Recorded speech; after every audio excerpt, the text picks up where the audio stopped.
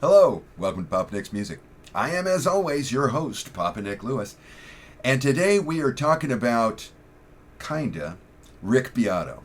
Now, any given video that I post is going to have a viewership that comprises two groups. On the one hand, I've got people who like music discussion videos, and they've landed on one of my videos because of the artist that I was talking about, and they really liked that discussion, and so they subscribed, which I'm very grateful for. And they come back and they watch additional videos. Hi, Javier, Ernesto, if you're watching. Hey. And on the other hand, I've got people who know me. They're friends of mine that, over the course of my decades of centuries, sometimes it seems, of existence, I've made friends all over the country, and there are people who are using this to touch base with me on a weekly basis. Hi, Mark. Hi, Maggie. If you're watching today, and so I've got these two different groups that I'm talking to, and I'm aiming this next bit at that second group. I'm assuming that if you watch these videos because you know me, you may not be familiar with Rick Beato. So I'm going to very quickly introduce you to Rick Beato. Rick Beato is pretty much the YouTuber when it comes to talking about rock music. He started his career as a musician. He was a teacher. Became a recording artist, eventually became a producer, songwriter, all that stuff. He owns a studio somewhere in the Atlanta neighborhood. But for the past 8 years or so, he has been making his living as a YouTuber, and by hawking his music theory courses and his ear training courses and stuff like that. But mostly he's making YouTube videos, and he's making a nice living doing it. He's got over 4 million subscribers. He is the big time. And there are several types of videos that he does that I really like. My favorite videos of his are the series that he calls What Makes This Song Great, where he picks a pop song, a hit song, and walks through it. He plays a little bit, and then he talks about it, plays a little bit, and talks about it. And he talks about everything. He talks about the composition. He talks about the instrumentation and the performances. He talks about the recording, the production. He talks about the music theory underlying it. I mean, it's fascinating to listen to, and I love his What Makes This Song Great videos. But he also does a lot of videos talking about how crappy modern music is. And these, I just kind of, the first couple I watched because I was interested to know what his take was, and then I stopped watching them because I knew what his take was. And his take is often described in comments on his videos by people who don't like what he says as old man yelling at clouds. And one of the things I will say in defense of Rick Beato is he knows what people think about him. He created this to use as the thumbnail for one of his videos. So he leans into the old man yelling at clouds thing. A month ago, he posted a video titled "The Real Reason Why Music is Getting Worse." In the month that it has been up, it's gotten close to 3 million views. A lot of people watching this thing. A week later, he followed it up with a video titled "I Know You're Angry, So Am I." Not quite as popular as the first one, but still 1 million people have watched it. So, excuse me, he's got this discussion of why modern music is bad. And so I wanted to respond to this a month later.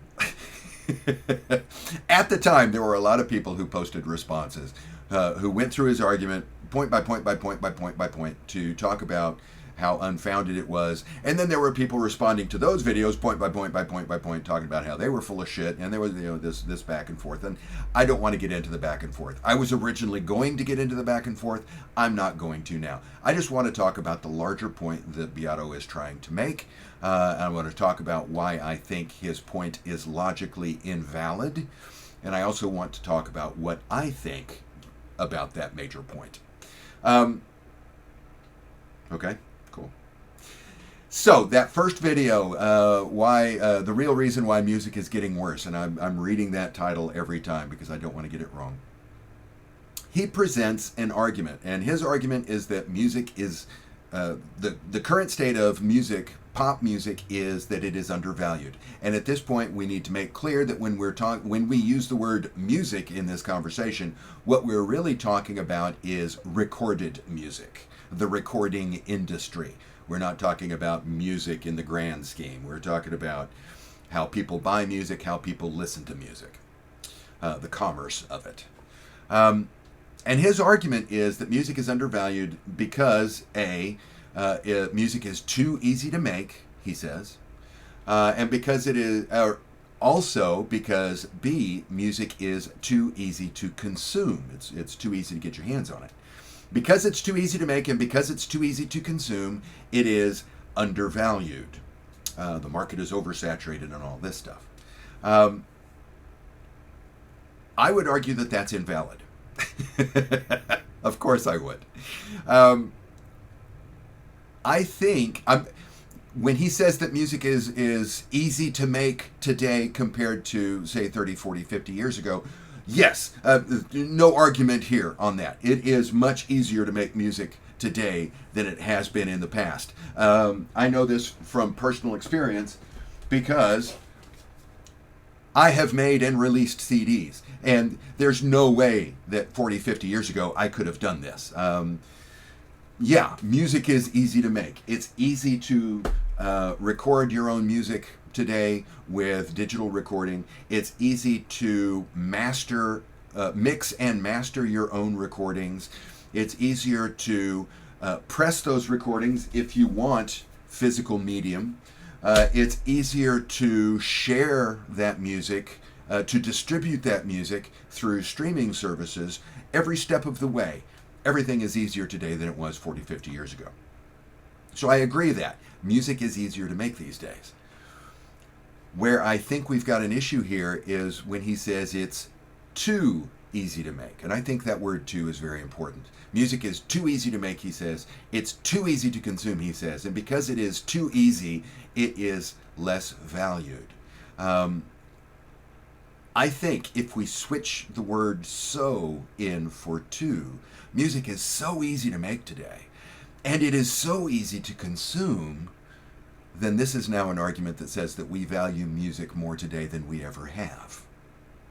I don't think that the fact that music is easy to make and the fact that it is easy to consume logically leads to the conclusion that it is therefore undervalued.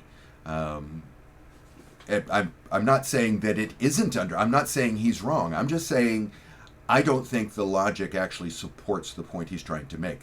The point he's trying to make might be true, but I don't think it's logically valid. And I had originally planned to go through point by point by point, like I said earlier, and talk about how I could apply this same argument to most of what he says. But I think for today, it's good enough for me to say, okay, this is a situation where he doesn't like modern music, and he is pointing to what he thinks is the cause of that, what he thinks is the source of that lack of quality. I don't think there's an actual relationship there. I think that's something that he sees because he wants to see it. I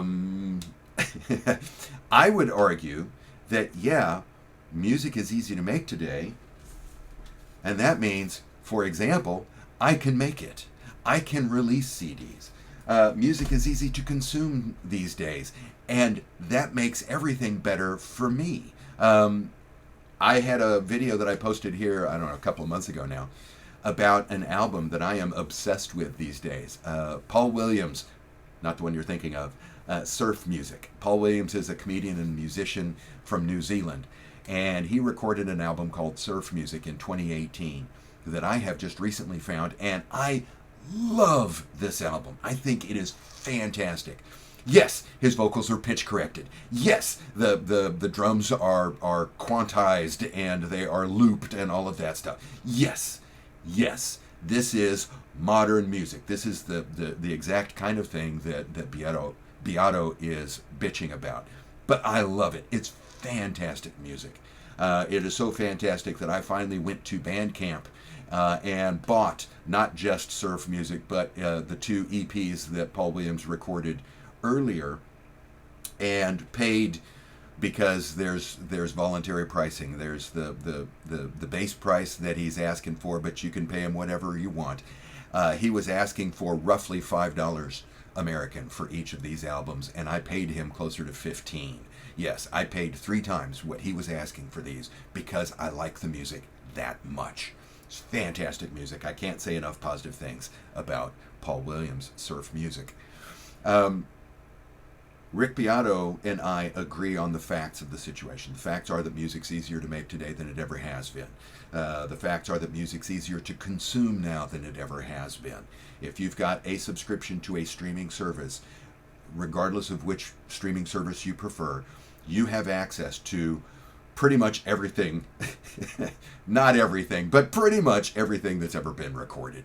And that is mind-blowing to somebody of my vintage, right? The idea that you have access to as much music as you do, just, it's exciting. Everything about the music industry today excites me because it gives me options, the limitless options. I'm no longer dependent on the gatekeeper of a record company, of a record label, telling me what I can and cannot listen to. I'm no longer dependent on the gatekeeper of my local top 40 radio station telling me what I can and cannot listen to. I can listen to anything. I can listen to everything. And I think that is fantastic. I think this is the best time possible to be a fan of music, not just because of access to previously recorded stuff, but because of the vibrant, wonderful new stuff that people are creating using this technology that is, a workaround.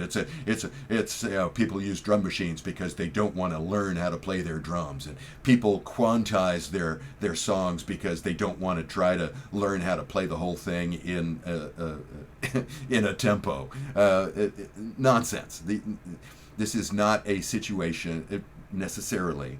This is not necessarily a situation where people are using shortcuts because they don't want to do it the right way.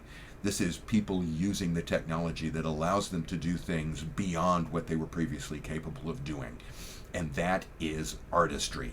Anything that allows me to do what I want to do, that allows me to create a piece of music that actually matches what I have in my head, that's fantastic. There's no downside to that as far as I'm concerned. We both see the same facts, Rick Beato and I, but he sees them through a distorted lens, a lens that says that the things that the technology that people use today, that kids use today, is a technology that they use because they are incapable of doing it any other way. And I see it as people using technology to expand the scope of what they can do.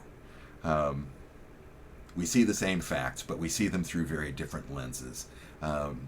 Rick Beato ultimately is lamenting the demise of the gatekeepers. I am embracing the diversity of artistic creativity for the individual. For me, there has never been a better time to be a fan of music than today, regardless of what the Rick Beatos of the world think. And that's this week's video. Nice and short by my standards. What do you think? Do you agree? Do you disagree? Drop that comment down below. I always love hearing from you. If you enjoyed the video, I would appreciate it if you'd click the like button. And if you click the like button, go ahead and click the subscribe button. It costs nothing to you, and it means the world to me, so I very much appreciate it. If you click the like button, go ahead and click the bell for notifications. The YouTube folks appreciate that, so I would as well.